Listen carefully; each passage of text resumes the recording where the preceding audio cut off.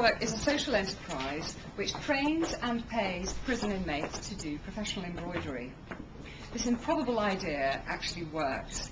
If you imagine these softening, sensitive activity happening in these hard, brutal places. Sorry, we can't hear you at the back, so the lapel needs to go right up the top.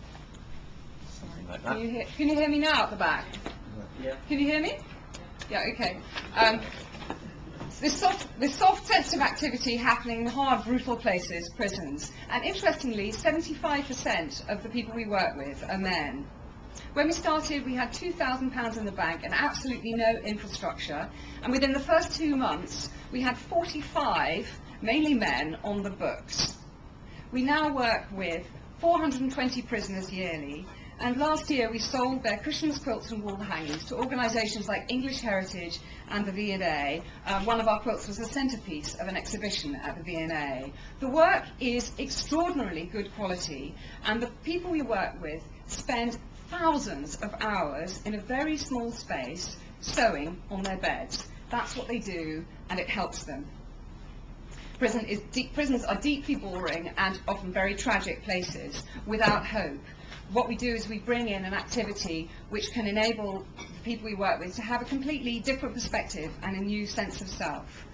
They earn 1/3 of the proceeds, and we encourage them to save this money for when they get out of prison, so they actually have a nest egg. Many of them use it for other purposes while they're inside. They don't earn a great deal of money, but the money can actually be a lifeline to a kind of reality and self-determination in a situation where all that is taken away. Over the 13 years of our existence, when we've grown steadily, we have actually trained 1,600 prisoners. All the training has been done by volunteers, probably by about 100 volunteers over that time. Our volunteers stay for years. With your help and our expansion into 3 new prisons, in 3 years' time, we aim to have trained 2,000 prisoners.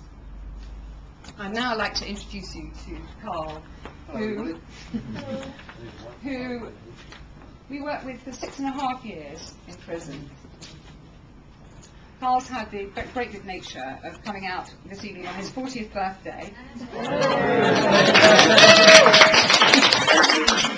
to fundraise for Fine Cell Work. Carl, what made you start doing embroidery? The money, first of all. Can everybody hear me? No? The money, first of all. To speak to my children. When you go to prison, you have everything taken away from you, and all you want to do is talk to your family and make sure they're understanding.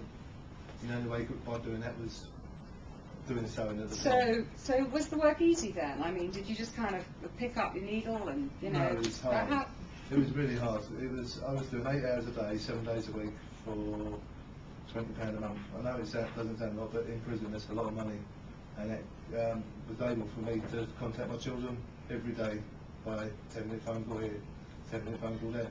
Was it just about the money? At first, yes, but after doing it for a while, you start relaxing. When you go to prison, you're an angry person.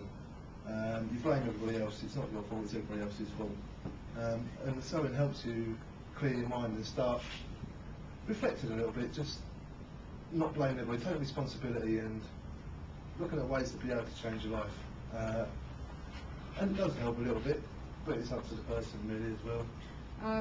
And when you graduated from this kind of very hard labour of learning how to do the tapestry to doing commissions for all kinds of people, what was that process like, and what did it mean to you? It was nice because, in my first year I'd done a commission for Jackson Pollock, the painter, for his exhibition in Paris, of him painting on a cushion. It was a tapestry, yeah. It was really difficult, and I worked 12 hours a day on that one because it had to be done by a certain time for the exhibition, and it gave me a bit of confidence. It picked me up, and everything had been kicked out of me because I lost a lot in the family, everything, job, and doing something like that gave me a bit of confidence, a bit more self-esteem, and helped me change from what I used to be, a drunken, violent, aggressive thug. That's the best way to describe me. And by doing the sewing and spending 8 hours a day, not thinking about much, but just clearing my mind, gave me the time to go over my life, because I know what I did. and if I could have done this, this would have been different. It changed a lot, and that's what the commissions did. They gave me a bit more confidence. I could face more things of my own doing, my own self really, and change. That's what I did in the end, was change.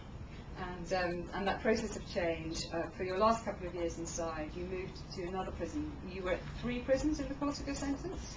4. And that's typical of the people we work with, and they're able to do fine cell work throughout the course of their sentences, and we can send them work on request. Would you like to talk about that process of moving on? When I went to some prisons, you weren't allowed to do it, but you can request, go through the governors and that, and through Katie. My mum wrote to Katie and asked if I could have some stuff sent to me. I got it cleared by the governor, and I done it, started then. I went to another prison after that, they wouldn't let me do it, but then I went to Bullingdon and helped start a complete class up. And after about a year... No, so don't worry, don't stop. And after about a year? I've got some. Oh, sorry. Finish your sentence, yeah. After about a year, I became a teacher in the prison of other inmates to sew and make quilts and tapestries. Thank you very much.